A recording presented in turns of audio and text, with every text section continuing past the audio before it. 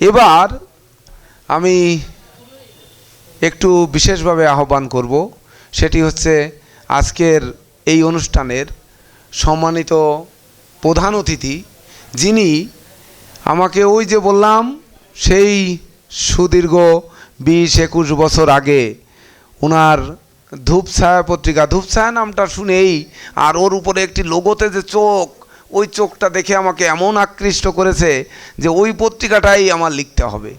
একবারে যিনি রাজি হয়ে গেলেন, এমনকি আমার মেয়ের জন্মদিনে আমরা ওই পত্রিকার মোড়ক উন্মোচনে, পঞ্জিকার মোড়ক উন্মোচনে, সর্বদা আমার গ্রন্থের মোড়ক উন্মোচনে যখনই ডেকেছি তখনই ওনাকে পেয়েছি।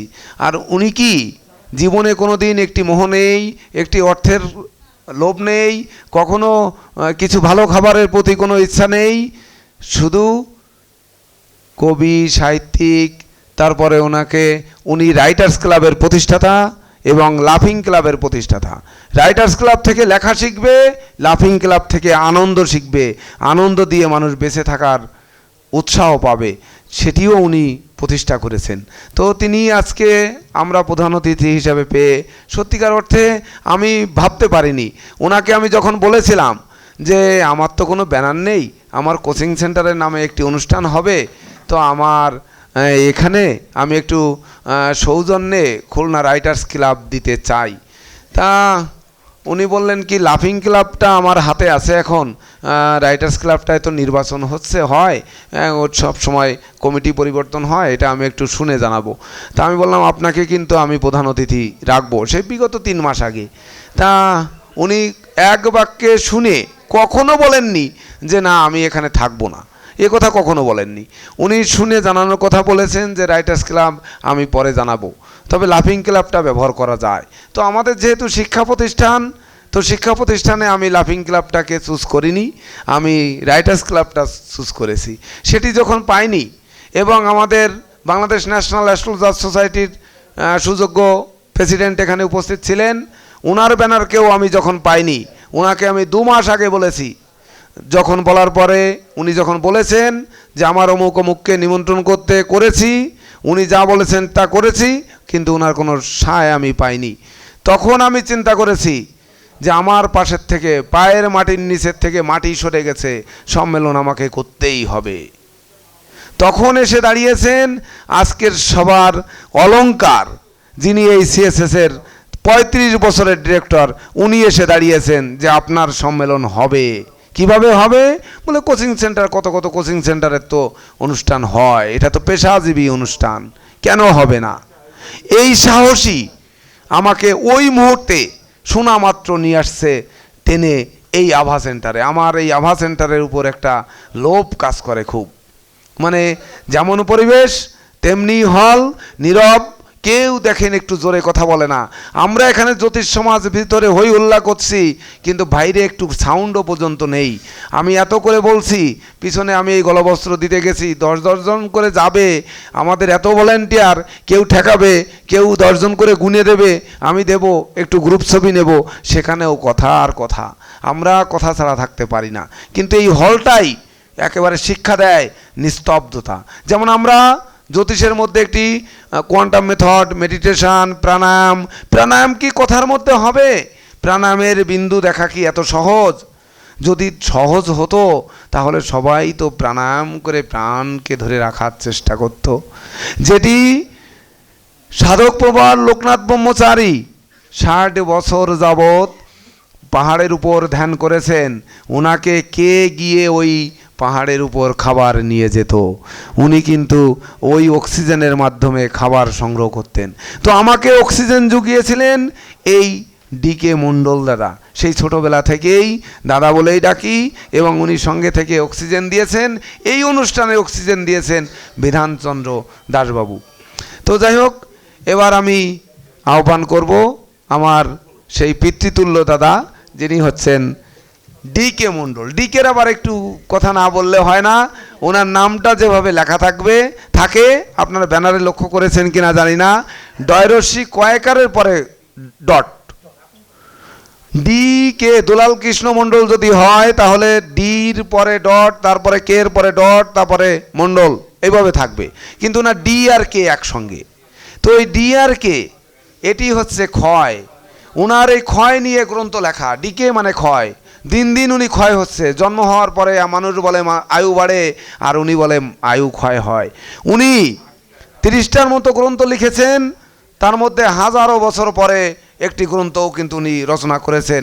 যেমন রবি ঠাকুর লিখেছেন 1400 সাল, কে তুমি পড়িছ বসি আমার কবিতাখানি কৌতূহল ভরে আজই হতে শতবর্ষ পরে। তা উনি 1000 বছর পরে গ্রন্থ লিখেছেন, যদিও এখনও আলোর মুখ দেখেনি। তো আমার একবার সংকল্প ছিল যে দেখি বইটা প্রকাশ করা যায় কিনা। তাছাড়া আমার আরও একজন শ্রদ্ধাভাজন ব্যক্তি, উনি অ থেকে ঔ, ক থেকে খিও পর্যন্ত দিয়ে যে শুরু, সেই অনুযায়ী একটি গ্রন্থ লিখেছেন, সেটাও আমার কাছে এনে দিয়েছেন। ওটাও বের করার মানে ইচ্ছা আছে, কিন্তু বইয়ের পাঠক নেই এখন দুনিয়ায়। তো যাই হোক, এই যে বয়স্ক মানুষটিকে এনে বসিয়ে রেখেছি সারাদিন অধীর আগ্রহে, মানে কিভাবে যে উনি বসে কাটালেন, এটা কোনো ক্রমে এই ঋণ কি দিয়ে শোধ হবে, কি দিয়ে? না উনি কিছু খাবেন, না কিছু পরবেন, আর পোশাক আশাকে তো আপনারা দেখছেন। যাই হোক, ওনার এবার মিষ্টি কথাটা আমরা একটু শ্রবণ করি।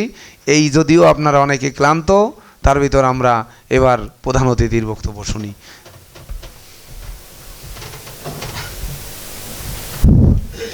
ধন্যবাদ। প্রথমে আমি জন্মদিনের শুভেচ্ছা জানাই ডক্টর কেসি পালকে, ডবল জন্মদিন, এবং সনাতন অ্যাস্ট্রোলজিক্যাল কোচিং সেন্টারেরও জন্মদিন আজকে, 2টা জন্মদিন একই দিনে। এবং উপস্থিত সকল সুধীমণ্ডলীকে আমার আন্তরিক শুভেচ্ছা ও অভিনন্দন। যাই হোক, আমার মনে থাকে না, আমার স্মৃতি ইয়ে হয়ে গেছে, ফলে আমি একটু লিখিত আকারে কিছু নিয়ে আসছি।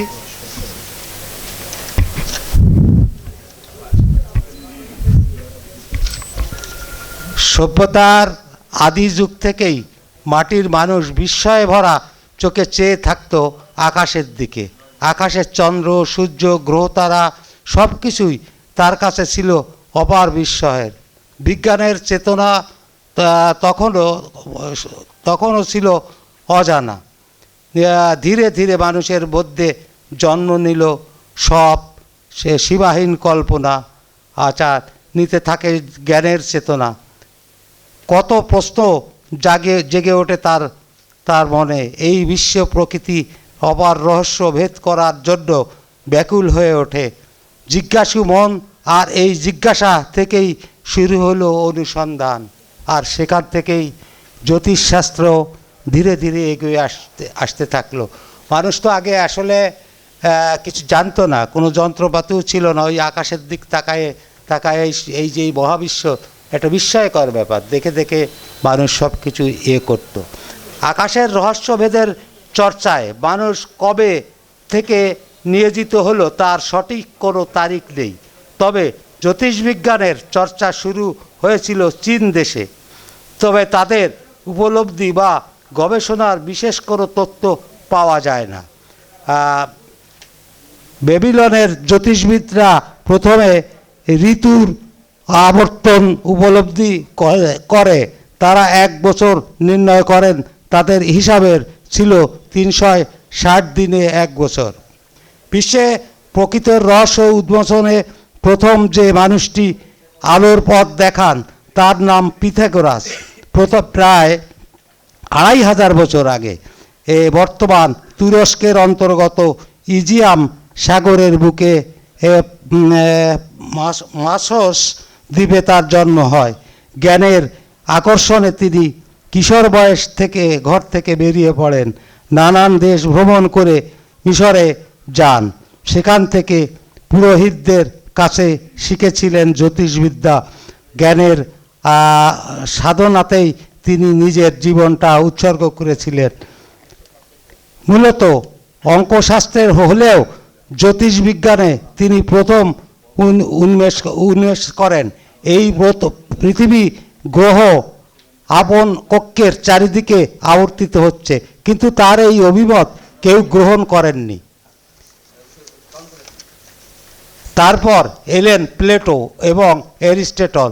মানুষের জ্ঞান, চিন্তাভাবনার জগতে এক নতুন দিগন্তের দ্বারকে উন্মোচন করলেন। এর পাশাপাশি কিছু ধারণার কথা প্রকাশ করলেন যা মানুষের জ্ঞানের জগতে অন্ধকার ঘনিয়ে এলো। জ্যোতিষবিজ্ঞানের ক্ষেত্রে অ্যারিস্টটল কোনো পর্যবেক্ষণ পরীক্ষা ছাড়াই একাধিক সিদ্ধান্ত গ্রহণ করেছিলেন। তার ধারণা ছিল পৃথিবী স্থির, পৃথিবীকে কেন্দ্র করে এই চন্দ্র, সূর্য, গ্রহ তারা একই পথে আবর্তিত হচ্ছে, চাঁদের নিজস্ব আলো আছে। তার এই মতবাদকে মানুষ অভ্রান্ত বলে মেনে নিল। খ্রিস্টপূর্বে 230 সালে অ্যারিস্টটল তার অভিমত প্রকাশ করেন যে সূর্যই এক সৌরমণ্ডলের কেন্দ্রবিন্দু এবং স্থির, কিন্তু এই অভিমতকে সকলেই অগ্রাহ্য করল। পরবর্তীতে জ্যোতিষবিজ্ঞানী টলেমি জ্যোতিষবিজ্ঞানের ক্ষেত্রে নানান তত্ত্ব উদ্ভাবন করেন। তার এই সব তত্ত্বগুলি ছিল ভুল। তিনি বলেছিলেন বিশ্ব একটা গোলক এবং তা গোলকের মতোই ঘুরছে, পৃথিবী স্থির, সূর্য তার চারিদিকে ঘুরছে। তার এই অভিমতের সপক্ষে একটি মানচিত্রও অঙ্কন করেছিলেন। অ্যারিস্টটল ও টলেমির এই সব তত্ত্ব সূত্রগুলি প্রায় 1400 বছর ধরে মানুষের অভ্রান্ত সত্য বলেই নিয়েছিলেন। কেউ তার ভুলভ্রান্তি নিরূপণ করার চেষ্টা করেননি। গ্যালিলিও আধুনিক জ্যোতিষবিজ্ঞানের প্রাণপুরুষ। তার জন্ম ইটালিতে পিসা শহরে। গ্যালিলিওর বহু আগে 1543 সালে পোল্যান্ডের মহান জ্যোতিষবিদ কোপার্নিকাস একখানা গ্রন্থ রচনা করেছিলেন। তাতে লিখেছিলেন সূর্য স্থির এবং তাকে কেন্দ্র করে পৃথিবী ও অন্যান্য গ্রহ আবর্তিত হচ্ছে, কিন্তু যাজক শ্রেণীর ভয়ে এই বই তিনি জীবিতকালে প্রকাশ করতে পারেননি। গ্যালিলিওর বিরুদ্ধে উঠতে থাকে নানান অভিযোগ এবং 1616 সালে গ্যালিলিও বিচারকের সামনে উপস্থিত হয়ে তাকে আদেশ দেওয়া হলো তিনি সূর্য ও পৃথিবী সম্বন্ধে যেসব কথা প্রচার করছেন তা ধর্মের বিরুদ্ধে, সুতরাং তিনি এই বিষয়ে আর কোনো বই লিখতে পারবেন না। কোপার্নিকাসের সাথে পরিচয় হয় ভ্যাটিকান নামের এক তরুণ জার্মানের পণ্ডিতের সাথে। রেটিনা কাম কোপার্নিকাসের সাথে অভিমতে স্বীকার করতেন। তিনি তার রেভলিউশনারি পড়ে মুগ্ধ হলেন। তখন কোপার্নিকাস তার বই প্রকাশের দায়িত্ব দিলেন রেটিকাসের কাছে। 1543 সালে প্রকাশিত হলো সেই বই। তখন তিনি মৃত্যুশয্যায়। তখন এই বই ছাপা অবস্থায় তার কাছে এলো। তখন তার পড়ে দেখার মতো অবস্থা ছিল না। তিনি শুধু দুহাতে বইটি কিছুক্ষণ নাড়াচাড়া করলেন। তারপর 2 ঘন্টা পর মৃত্যু হয় 1943 সালের 21 মে। কোপার্নিকাস এই বইয়ের মধ্য দিয়ে যে সত্য প্রতিষ্ঠা করলো তার উপর ভিত্তি করে গ্যালিলিও, কেপলার, নিউটন, অ্যারিস্টটল জ্যামিতি বিজ্ঞানের নতুন দিগন্তের উন্মোচন করলেন। জ্যোতিষবিজ্ঞান আসলে এবং যত দার্শনিক লোক আছে ম্যাক্সিমাম লোকেই জ্যোতিষবিজ্ঞানের উপরে তৎকালীন সময় পড়াশুনো করেছেন। জ্যোতিষবিজ্ঞান নতুন কিছু না, এ খুব আদিতম একটা বিষয়। তো যাই হোক, তবে এখানে আমি মনে করি সময়ের সাথে সাথে জ্যোতিষবিজ্ঞানের বিশেষ বিশেষ দিকগুলো একটু পরিবর্তন করা দরকার আছে, প্রযুক্তি ব্যবহার করা দরকার আছে। নামগুলো যেগুলো আছে সেগুলো বিবেচনা করা দরকার, কিভাবে মানুষকে আসলে আরও জ্ঞানদানের মাধ্যমে তাদের সমস্যার সমাধান করা যায় সে বিষয়গুলো তুলে আনা দরকার।